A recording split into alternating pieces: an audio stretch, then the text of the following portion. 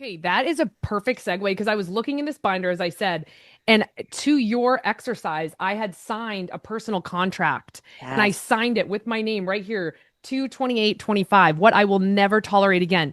For those listening, can you give a brief explanation of how they can do that exercise?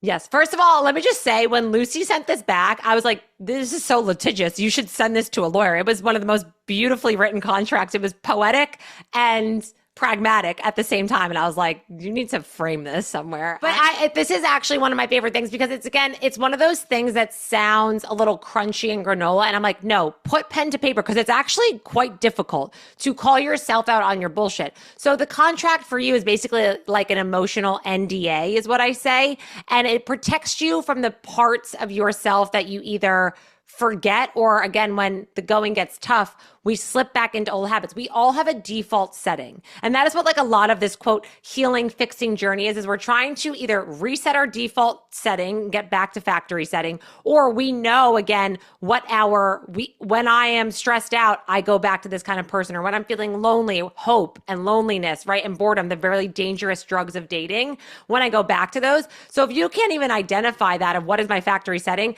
how can I get away from that or at least upgrade my software? So in the personal contract, it could include anything from these are behaviors that I will absolutely never tolerate again.